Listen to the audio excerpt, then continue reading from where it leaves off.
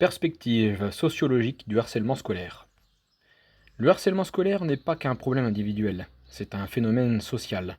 Les sociologues montrent qu'il naît souvent des dynamiques de groupe et de rapports de pouvoir entre pairs. Dans un groupe d'élèves, des normes implicites se forment. Façon de s'habiller, de parler, centre d'intérêt. S'écarter de ces codes peut suffire à être mis à l'écart ou ciblé par des moqueries.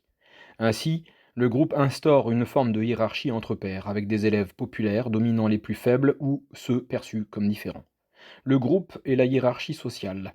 Les adolescents se jaugent constamment selon ces critères, style vestimentaire, statut social, apparence physique, résultats scolaires, etc. Cela crée une violence symbolique. Ceux qui ne sont pas reconnus par les plus populaires sont relégués dans l'ombre, exclus du groupe, ce qui blesse leur identité.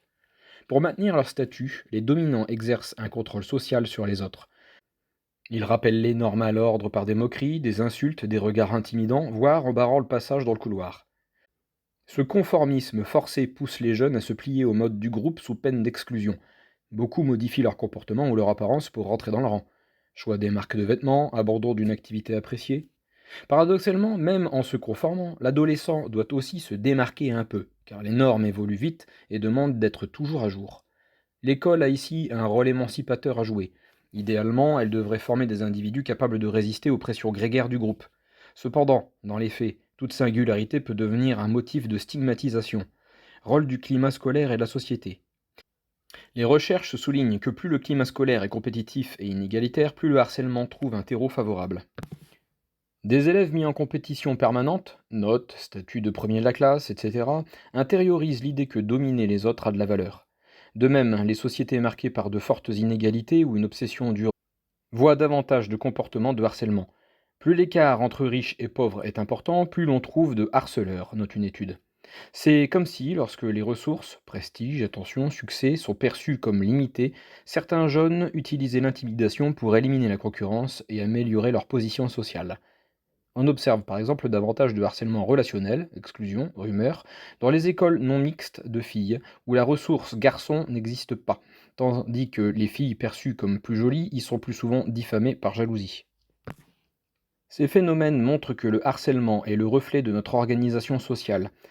Il s'inscrit dans une logique de domination, de normes de groupe et de quête de statut. La perspective sociologique révèle que le harcèlement scolaire est un fait social total, enraciné dans les interactions de groupe et les valeurs de la communauté. Ce n'est pas uniquement l'affaire de méchants élèves, isolés, mais bien le symptôme d'un dysfonctionnement collectif, normes de compétition, tolérance à la violence, hiérarchie rigide.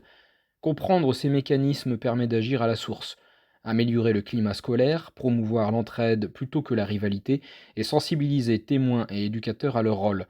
En somme, lutter contre le harcèlement, c'est réformer le groupe lui-même pour qu'il ne fabrique plus d'exclusion, une prise de conscience sociétale essentielle pour mettre fin à ce fléau.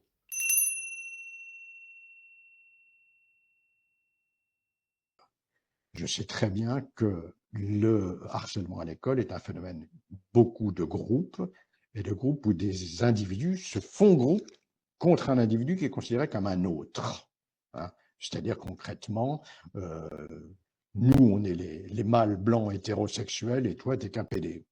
Ou trop populaire, trop belle, trop féminine, trop bon élève, trop mauvais élève, handicapé, vert à pois rouge, peu importe. Mais c'est nous contre lui ou contre elle, ou contre elle d'ailleurs. Bon.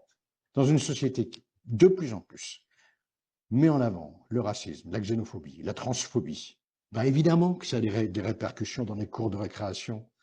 Évidemment, quand un gosse entend ses parents, entend Hanouna, la presse Bolloré ou l'Internet de la haine dire celui-là, ce musulman, ce juif, ce PD, ce trans, etc., voilà l'ennemi, eh bien évidemment que c'est désigné dans la cour de récréation.